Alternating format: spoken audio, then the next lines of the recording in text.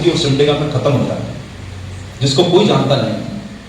आज साथियों जब वो स्टार रूबी बनेंगे, मनोज जी स्टार रूबी बनेंगे, तारिक जी बनेंगे, आमना जी बनेंगे, आप जितने लीडर्स यहाँ पर बैठे हैं वो आगे बढ़ेंगे, पूरे देश में जब नाम होगा, घर में महीने में 2-2, 3-3 लाख की इनकम आएगी, वो जलवा देखने लायक होगा। और साथियों मैं आप सब लोगों को कहना चाहता हूं कि आप सिर्फ श्रोता मत बनो, सुनने वाले मत बनो, सीखो इनसे। मैं तो आपको एक ही दिन के लिए अवेलेबल, 1 घंटा बोलूंगा, 1.5 घंटा बोलूंगा, कितना बोलूंगा, मैं तो थोड़ी देर के लिए हूं आपके पास। लेकिन साथियों आपको जानना जरूरी है कि कैसे हमारी जिंदगी में परिवर्तन लाया जा सकता है, कैसे हम बड़े बिजनेसमैन बन सकते हैं, कैसे हम बड़ी इनकम पे पहुंच सकते हैं। बात समझ में आई? यस और नो? यस। आई या नहीं आई? आई। मुझे नहीं लग रहा है आपकी बात आई या नहीं आई? आई सर। पक्की बात? यस। श्योर? सर। अच्छा एक बात बताओ, कितने लोग ईमानदारी से मेहनत करने को तैयार हैं? Sure sir? पक्की बात है? करोगे? दूसरी बात ये बताओ आप साथियों, बच्चा पैदा होता है तो कितना वजन होता है? 2.5 kg। आप तो मेडिकल फील्ड में सभी लोग जानते हैं, कितना हो जाता है? 2.5 किलो? यस और नो मैडम? है ना? 2.5 किलो का बच्चा होता है। बड़ा होता है तो कितना वजन होता है उसका? 60 किलो, 70 किलो, कुछ भी हो सकता है। हाँ सही बोला हमने। मनोज जी के लिए एक बार जोरदार तालियां बजाओ। कुछ भी हो सकता है भाई। औसत वजन जो होता है 60 किलो, 65 किलो होता है, 70 किलो होता है। कभी बच्चे को 70 किलो का पैदा होते हुए देखा है? नहीं, कभी नहीं देखा। साथियों इस बिजनेस में आपको स्टेज पर लोग खड़े होकर इनकम बताते हैं कि सर मेरे पास अभी तक 40 लाख की इनकम आई, कोई बोलता 15 लाख की इनकम आई, किसी ने ब्यूटी पार्लर का बिजनेस बंद करके अपना ये बिजनेस पे फोकस करना शुरू कर दिया। हर घर में इनकम आ रही है। यस और नो? आपने कभी पूछा है कि इनकी शुरुआत से हुई थी? एक छोटे बच्चे थे 2 किलो वाले, किसी के घर में 500 रुपए का चेक आया, किसी के घर में 300 रुपए का चेक आया, किसी के घर में 250 रुपए का चेक आया, किसी के घर में 500 रुपए का चेक आया। साथियों जब ये 250-500 रुपए का चेक आया ना, तो मन में क्या ख्याल आएगा? मन में ख्याल आएगा कि 250 रुपए की इनकम में मेरा घर चलेगा या क्या चलेगा? ये तो बेकार सिस्टम है। 250 रुपए के लिए थोड़ा ना काम कर रहे हैं। अगले महीने फिर काम किया, 500 रुपए का चेक आया, फिर ख्याल आएगा 500 रुपए का चेक आया, क्या काम करना है इसमें? 500 रुपए में तो मेरे घर का दूध का खर्चा भी नहीं निकलेगा। उसके अगले महीने पता चला 1000 का चेक आया। हर व्यक्ति सोचेगा कि अरे 1000 का चेक आया, क्या होने वाला? बच्चे की स्कूल की फीस नहीं दे सकता। लेकिन साथियों बच्चा 2 किलो का पैदा होता है, पहले इनकम 500, 1000, 1500, 2000 की आएगी, फिर लाखों रुपए की इनकम तो थोड़े समय बाद आएगी। और वो समय के पहले आप इस फिल्म के बीच में से एंड कर दोगे, इंटरवल के पहले ही सीट छोड़ के बाहर चले जाओगे। पिक्चर का एंड तो देखना पड़ेगा। इनकम तभी आती है साथियों, इसलिए अपनी लगातार काम करो। हाँ ये जरूर है कि भूखे पेट वजन न होए गोपाला। देखो भूखे पेट तो किसी का परिवार नहीं चलेगा, इनकम तो चाहिए। उसके लिए साथियों सबसे बड़ा तरीका क्या है? इस सिस्टम में जब हम इस सिस्टम में बात करते हैं, थोड़ी हम 4 चीजों पे बात करेंगे आपसे, और वो चारों चीजें मैं आप लोगों से रिक्वेस्ट करता हूं कि चारों पे आपका ध्यान होना जरूरी है। मैं शुरुआत जरूर करूंगा आपके बीच में, लेकिन उसके पहले मैं आप सब लोगों से पूछना चाहता हूं, आप में से सभी लोग आरसीएम के मेंबर हैं? यस। बहुत सारे लोगों ने यस बोला, बाकी सब लोगों को बोलने में परेशानी है क्या? पक्की बात है? अच्छा बताइए आरसीएम के मेंबर कितने लोग हैं? ओके, सभी लोग आरसीएम के मेंबर हैं? पक्की बात? इधर से भी मैडम आप लोग भी हो? पक्का? आप लोग भी हो? ओके साथियों, आपको जन्म देने वाला एक मां थी। अरे यस बोलो। यस। जन्म किसने दिया? मां ने दी। कि ऊपर वाले ने, भगवान ने ऐसे गिफ्ट में भेज दिया नीचे? ऐसा तो नहीं हुआ? नहीं हुआ नो। कि पैराशूट से गिराया नीचे आपको? मां थी जन्म देने वाली। साथियों देखिए एक बात मैं आपको बोलता हूं, ईश्वर हर घर में नहीं आ सकता। धर्म की बात नहीं कर रहा हूं मैं, कोई धर्म विशेष की बात नहीं कर रहा हूं मैं उस चीजों में विश्वास नहीं करता। धर्म विशेष की बात नहीं है, लेकिन हर घर में मां जो होती है, जो हमको जन्म देती है, ये ऊपर वाले का भेजा हुआ संदेशा है कि मैं हर घर में नहीं आ सकता, लेकिन मेरी जगह मैंने मां को भेजा है। मां जो है वो ईश्वर का रूप है। ऐसा मान के चलिए हर घर में भगवान नहीं आ सकता, ऊपर वाला नहीं आ सकता, जिसको आप मानते हो वो हर घर में नहीं रह सकता। वो ऊपर वाले का भेजा हुआ संदेशा है कि ये मैं हूं जो आपके घर में मौजूद है। इससे साथियों कहा गया कि मां की रिस्पेक्ट, मां की देखभाल और मां के चरण में ही सब कुछ है। और इसलिए साथियों अपने घर में जो भी अगर आपके बुजुर्ग हैं, मां या बाप हैं, ऐसा मान के चलो इनडायरेक्टली वो ईश्वर के भेजे हुए दूत हैं, वो भगवान है।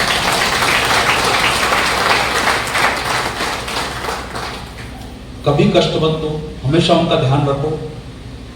डायरी है वो प्लान दिखाने के लिए आपके घर में इज्जत मांगता है कि भाई मैं अंदर आके बात करूं, और वो प्लान दिखाता है, आप इंटरेस्ट लेते हो और आप ज्वाइन कर लेते हो और आप मना कर देते हो और उसको वापस भेज देते हो। जो लोग ज्वाइन कर चुके हैं, अगर वो आईडी जिसको मिली है, अगर वो आईडी अपने बिस्तर के तकिए के नीचे रख के आप सोते हो साथियों, तो ऊपर वाले ने आपको एक बार संदेशा भेजा था आरसीएम के डिस्ट्रीब्यूटर के रूप में, रॉयल्टी अचीवर के रूप में, टेक्निकल अचीवर के रूप में, जिसने आपके घर को खटखटाया था। वो ऊपर वाले का भेजा हुआ दूत था कि आरसीएम ज्वाइन कर लो, आपकी जिंदगी बदल जाएगी। हर घर में भगवान नहीं आ सकता, इसलिए आरसीएम को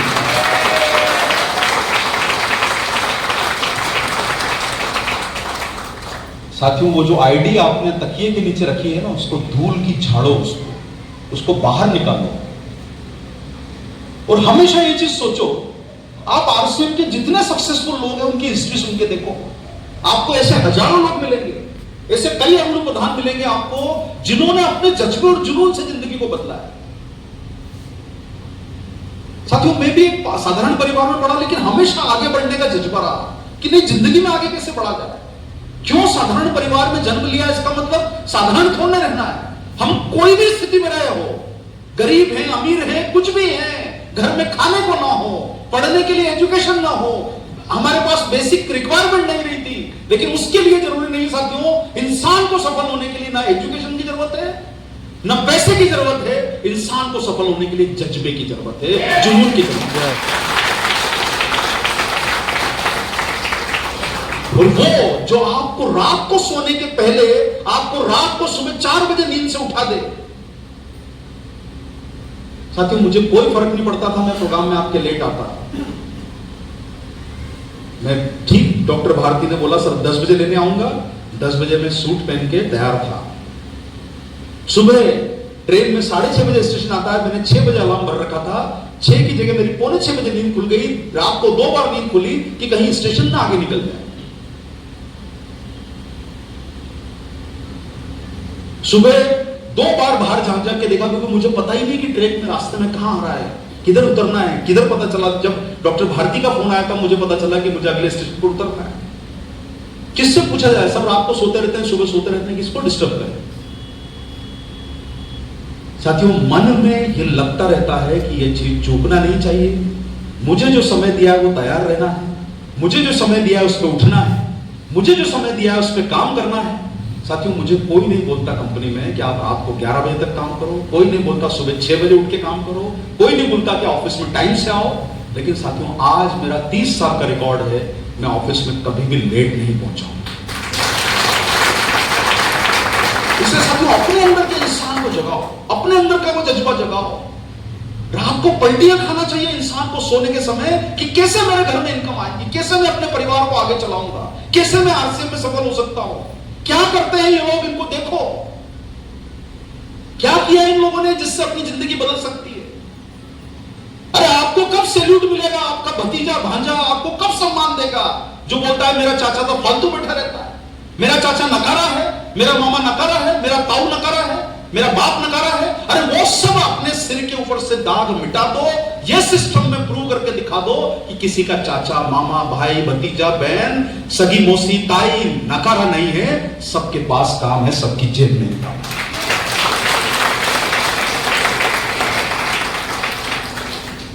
हिलाने वाला होना चाहिए, हिलाने वाला। कार में बैठे सुबह जब हम वहां से निकले स्टेशन से, आमना जी का फोन चालू, आप उठे कि नहीं उठे, आप आ रहे हैं कि नहीं आ रहे हैं, नहीं आपको आना ही है। कैसे नहीं आएंगे आप, आपको आना ही है। क्या करना है आमना जी को, आपको बुला के, आमना जी तो एमराल्ड बन गई है, उन्हें क्या फर्क पड़ना है आप लोग नहीं आओगे नहीं आओगे, क्या फर्क पड़ता उनको, आमना जी को, उनके पास इनकम आती है, क्या फर्क पड़ेगा मनोज जी को, क्या फर्क पड़ेगा लक्ष्मी जी को, इनको कुछ फर्क नहीं पड़ेगा साथियों, आप आते नहीं आते, लेकिन इनको यह फर्क पड़ता है कि अगर इस प्रोग्राम में मेरे कारण कोई आके बैठेगा और कुछ सीख के जाएगा और अपनी जिंदगी बदलेगा, तो शायद मुझे अपनी जिंदगी में कभी याद रखेगा कि मैं इस प्रोग्राम में आया था और सम्मान पाया। इसलिए साथियों, अपनी जिंदगी के बदलाव की शुरुआत करो। यह मत सोचो कि आप कमजोर हो, यह मत सोचो कि आपके पास एजुकेशन नहीं है, कुछ फर्क नहीं पड़ता साथियों। भारत की सबसे बड़ी कंपनी में से एक किराना बेचने वाली कंपनी डी-मार्ट, जिसके पूरी दुनिया में, देश में कई बड़े बड़े आउटलेट है, उसका मालिक 10वीं फेल है, राधाकृष्ण दिमानी। नेट पे टाइप करके देखो उसका नाम, डी-मार्ट का ऑनर। टॉप 10 लोगों में आता है दुनिया के, अपने देश के टॉप 10 लोगों में नाम आता है। एजुकेशन नहीं है साथियों, कोई फर्क नहीं पड़ता उससे, आपकी हैसियत से कोई फर्क नहीं पड़ता, आपकी स्थिति से कोई फर्क नहीं पड़ता। हां, लेकिन आप एक बात को समझ के चलो सर, अगर जब तक अपने अंदर वो पागलपन नहीं लाओगे अपने आप को सफल बनाने का, और उसके लिए हमेशा सर वो डर को त्यागो, वो डर आगे बढ़ने का, वो डर अच्छे लोगों से मिलने का। आप में तो वो मादा होना चाहिए कि कलेक्टर की गाड़ी रोक के उसको प्लान दिखा दो, प्रेजेंटेशन दिखा दो, प्रोडक्ट दिखा दो कि सर मैं एक सामान्य आदमी हूं, मैं अपनी मेहनत करके अपने बिजनेस को आगे बढ़ाना चाहता हूं, देखिए मेरे पास ऐसे प्रोडक्ट आते हैं आपकी हेल्प के लिए। मेरे साथ में जो बैठे थे रांची के बहुत बड़े धनाढ्य आदमी थे, प्रमोद मोदी, उन्होंने नंबर लिया। मुझे क्या जरूरत है उनको प्रोडक्ट दिखाने की, मैंने पूरा का पूरा लैपटॉप खोला, सिर्फ 3 मिनट उनको मैंने प्रोडक्ट के बारे में बताया कि सर देखिए हमारे कंपनी के इतने सारे प्रोडक्ट आते हैं। वो ध्यान से सारे के सारे प्रोडक्ट देखते रहे। वो आदमी जिसके पास करोड़ों रुपए की इनकम आती है, मेरे जैसे एक आदमी से, मेरे से कई गुना उनके पास इनकम है। मैं जानता हूं कि बहुत बड़े कॉन्ट्रैक्टर हैं, उनको 4 लोग छोड़ने आए थे, इसका मतलब बड़ा आदमी है वो। फर्स्ट एसी में चल रहा है, यानी पैसा है उसके पास, तभी वो फर्स्ट एसी में चल रहा है। उसने मेरे सारे प्रोडक्ट देखे, नंबर लिया, बोले सर आपके प्रोडक्ट में जरूर यूज करूंगा और आपका नंबर इसलिए ले रहा हूं कि आपको फोन जरूर लगाऊंगा। मैंने नंबर नहीं दिया, उन्होंने मेरा नंबर लिया। मैंने नंबर नहीं दिया उनको कि सर मुझसे बात करना, मुझे थोड़ा बेचने की जरूरत है। जरूरत उनकी मैंने खड़ी करी कि आपको किन चीजों की जरूरत है, वो मैंने करके दिखाया। नंबर उन्होंने मेरा लिया। फोन मुझे करे नहीं करे उससे कोई फर्क नहीं पड़ता साथियों, लेकिन मेरी बातों से इतने प्रभावित हुए कि उन्होंने उस प्रोडक्ट को जानने की कोशिश करी। 5 मिनट 3 मिनट का समय दिया, पूरी स्लाइड देखी उन्होंने प्रोडक्ट की। मैं भी आपको कहता हूं साथियों कि अपने अंदर वो शर्म छोड़ो, वो जज्बा छोड़ो कि आपके अंदर ये कमजोरी है कि आप किसी को प्रोडक्ट नहीं दिखा सकते। अपनी जेब में डालो, झोले में डालो, प्रोडक्ट सामने वाले को बिठा के बता दो। आप 100% विश्वास रखो साथियों, आपका प्रोडक्ट वो खरीदेगा, मानेगा। अरे 10 में से 1 मना कर दे, 2 मना कर दे, 3 मना कर दे, उससे फर्क नहीं पड़ता। कभी बार हम ताला खोलते हैं ना साथियों, तो गुच्छे की सबसे आखिरी चाबी उस ताले को खोलती है। इंसान बीच में हार जाता है कि ताला नहीं खुल रहा है। समटाइम द लास्ट की इज द राइट की कहा गया है, गुच्छे की सबसे आखिरी चाबी ताला खोलती है। और यही चीज हम लोगों को सोचनी चाहिए। इसलिए सर कभी भी निराश मत हो, कभी भी निराश मत हो कि मैं न्यूट्रीचार्ज मैन लेके गया, उसने मना कर दिया।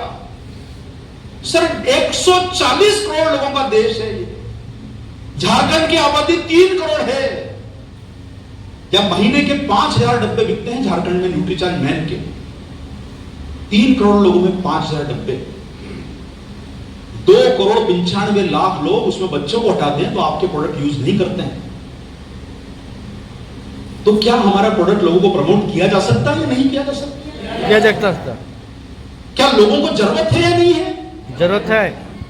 अब साथियों एक बात बताइए, आप लोग मार्केटिंग प्लान में यहां पर खड़े होकर 7 लोगों को खड़ा कर देते हो, कि सर ये डिस्ट्रीब्यूटर है, ये एडवर्टाइजर है, ये विज्ञापन करने वाला है, सब कंपनी इनके पैसे बचा रही है और ये पूरा पैसा आपको दे रही है कि सर आप डिस्ट्रीब्यूशन का काम भी करोगे, आप एडवर्टाइजमेंट का काम भी करोगे, आप सारा काम करोगे। मनोज जी, मेरा ये कहने का मतलब है कि आपने वो 45% लिया है, तो प्रोडक्ट प्रमोशन करने की जिम्मेदारी किसकी है? आमना जी। डिस्ट्रीब्यूट करने की जिम्मेदारी किसकी है?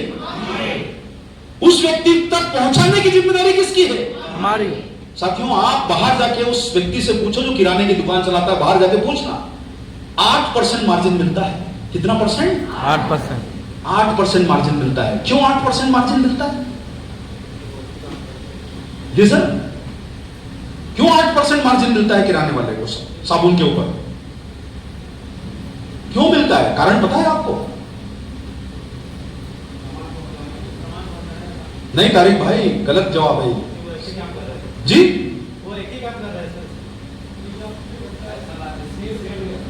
सर, आप जाके किराने वाले की दुकान पे क्या बोलते हो कि मुझे नहाने का साबुन दे दो? आप जाके किराने वाले की दुकान पे वो साबुन मांगते हो जो सबसे अच्छा लगता है आपको। यस सब नो? यस। आप लोग नहीं जाते हो, आप आरसीएम के लोग। लेकिन एक सामान्य व्यक्ति जो आरसीएम का मेंबर नहीं है, वो दुकान पे जाके क्या बोलेगा? नहाने का साबुन दे दो, चेहरे पे लगाने की फलानी क्रीम दे दो। वो नाम लेके मांगते हैं। दुकानदार का काम क्या है? उस स्टॉक को निकाल के बाहर देना। मांगने वाला ग्राहक उसके सामने खड़ा है, उसको ग्राहक लाने की मेहनत नहीं करनी है। ग्राहक लाने की मेहनत किसने करी है? सेलिब्रिटी विज्ञापन ने करी है।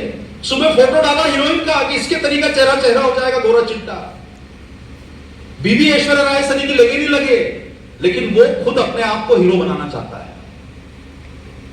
वो साबुन खरीद के इसलिए लाता है कि विज्ञापन किया गया। दुकानदार का काम सिर्फ 8% लेके उस साबुन को पीछे से सामने लाके रखना है, इसलिए उसको 8% मिलते हैं। आपको 45% इसलिए मिलते हैं साथियों, टोटल मिला के 32% प्लस आपका टेक्निकल और रॉयल्टी बोनस, इसलिए कि आप वो ग्राहक तक साबुन पहुंचाने वाले बनो। उस ग्राहक को बताओ कि न्यूट्रीचार्ज का, आरसीएम का जो प्रोडक्ट आता है उसमें कितनी क्वालिटी है, ये बताने वाले बनोगे। तभी आपको उस दुकानदार से 5 गुना ज्यादा प्रॉफिट मिलेगा जब आप ग्राहक तक पहुंचोगे। तो ग्राहक को अपने पास लाना है या ग्राहक तक हमको जाना है? अपने तक पहुंचाना है। जा सकते हैं कि नहीं जा सकते? यस। Sure sir? यस। उसमें कोई बुराई है क्या सर? नो। कोई बुराई है? अच्छा चलो, सर देता गवर्नमेंट खुद बनाना पड़ता है। Very good. हाँ जी टॉपो जी, आपके पास कौन सी गाड़ी है? बोलेरो। पेट्रोल कौन डालता है? खुद डालता। जेब से कैसे निकाल के? कि पेट्रोल पंप वाले के पास बोलते हो जाके जय आरसीएम? जेब से। Yes sir. मनोज जी, कौन सा गाड़ी है? आप में ईगो तो नहीं है ना? गाड़ी कौन सा ब्रांड? टिगो। टिगो, वो तो लगता है आपके पास भी थी पहले। टिया भी थी। उसमें डीजल लगता है, पेट्रोल लगता है? पेट्रोल लगता है। जी सर। सर, पेट्रोल का दाम झारखंड में 10 रुपए लीटर होगा शायद, है जी? कितना रुपए लीटर? कितना रुपए लीटर है?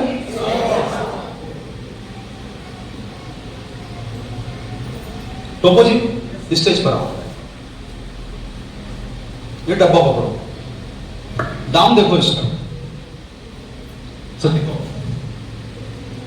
बताओ कितना दाम? 399। 399 पुराना वाला पैक है, नया वाला 450 रुपए का है।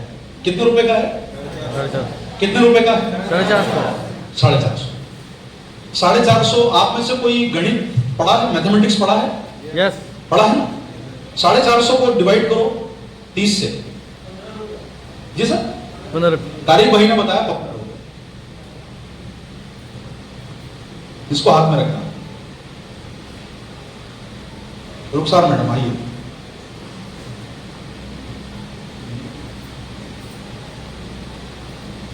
मैं आपका नाम बार बार गलत देता हूं, सही नाम है? सही। अच्छा, रुखसार है ना?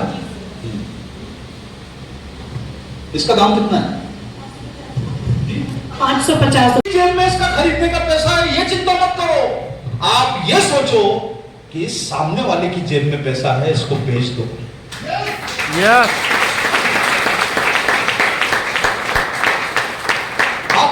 पॉकेट मत देखो साथियों, आपको ये प्रोडक्ट जो अच्छे लगते हैं खरीद के खा लो, लेकिन बेचने के समय निकलो तो उस समय सोच के निकलो कि उसकी पॉकेट में कितना पैसा है। अरविंद जी को बेच सकता हूं, मनोज जी को बेच सकता हूं, लक्ष्मी जी को बेच सकता हूं, क्योंकि आपको इनको देख के लगेगा कि इनकी जेब में पैसा होगा, ये व्यक्ति प्रोटीन खा लेगा, ये व्यक्ति अपने बच्चे के लिए 800 रुपए का प्रोडक्ट ले जाएगा। और साथियों एक एक प्रोडक्ट पे आपको 200 300 रुपए का प्रॉफिट होता है। अरे महीने में 10 20 25 डब्बे बेच दिए तो अपने घर में 6 7 हजार 8 हजार 10 हजार 15 हजार 20 हजार की इनकम आना शुरू हो जाएगी।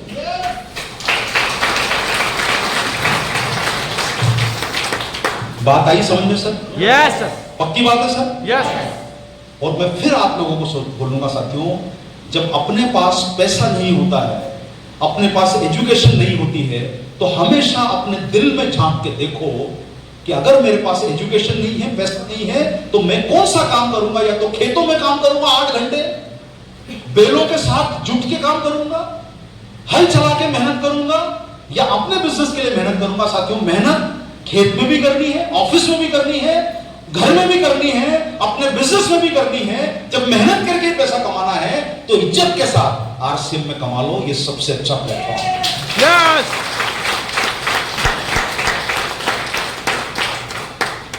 आगे बात समझ में sir? Yes yes sir, no? Yes sir. और साथियों देखो, जब फील्ड में जाते हो,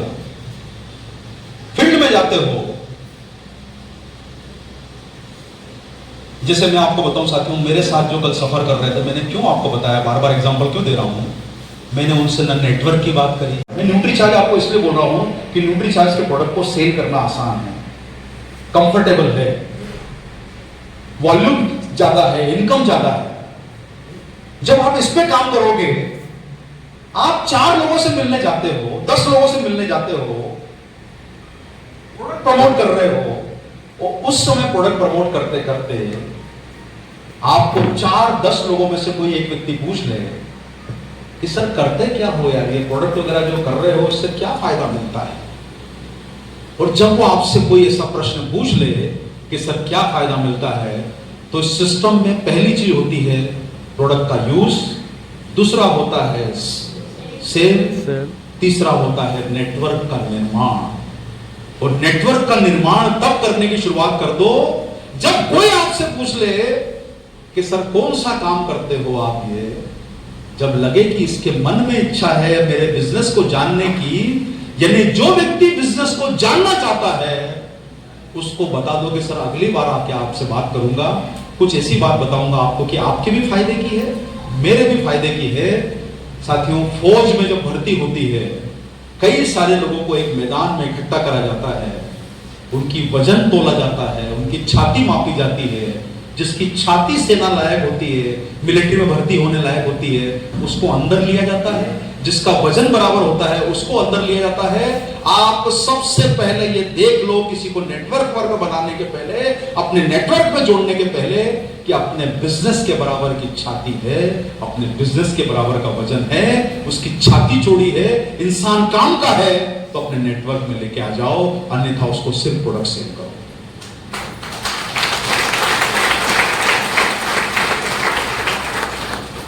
जो व्यक्ति फायदे की बात करे उसको अपने नेटवर्क में जोड़ लो। और साथियों तीसरा पॉइंट जो है महत्वपूर्ण, वो है नेटवर्क का निर्माण। साथियों आप सेल कर करके 25,000 40,000 50,000 रुपए कमा पाओगे, उससे आपका परिवार चल जाएगा, गाड़ी आ जाएगी, बाइक आ जाएगी, घर ठीक हो जाएगा, बच्चों की एजुकेशन में सपोर्ट मिल जाएगा।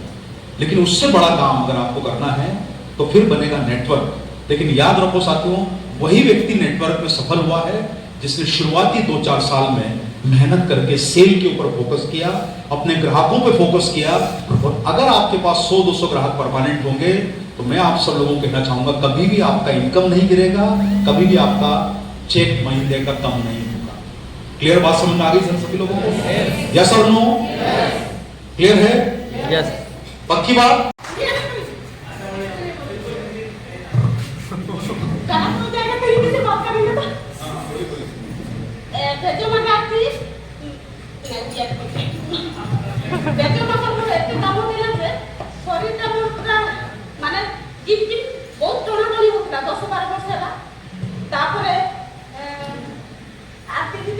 ଆଉ ପ୍ରଶାନ୍ତ ମାନେ ଯାଇଥିଲେ 2 ଦିନ ଗଲେ ହେଲେ ମୁଁ ରଖିଲିନି ତାପରେ ଆମ ଗାଁ ଲୋକ ରଖିଲେ ସେତେବେଳେ ମୁଁ ଟିକେ ବିଶ୍ୱାସ ଆସିଲା କାଳେ ମୁଁ ବି ରଖି ଦେଖେ ରଖିଲି ତାପରେ 5 ଦିନ ଜମା 5 ଦିନ ଖାଇଛି ଏତେ ଭଲ ଲାଗିଲା ଯେ ଦେହ ହାତ ପୁରା ଚିମ୍ ଯୋଉ ହଉଥିଲା ପୁରା ଏବେ ତ ଭଲ ଲାଗୁଛି ଅଣ୍ଟା ଆଇଛି ମିଷ୍ଟେକ୍ ବହୁତ ଭଲ ହେଇଛି ନା ସେଥିପାଇଁ ମୁଁ କଟକରେ ମୋ ମା ଭାଇ ଭଉଣୀ ସମସ୍ତଙ୍କୁ କହୁଛି ବହୁତ ଭଲ ହେଇଛନ୍ତି ଏ ନା ମୋ कटक में फेमस बहुत अच्छा लगा मुझे, समझ गया सर मुझे। जोरदार ताली आपके लिए। Thank you, thank you.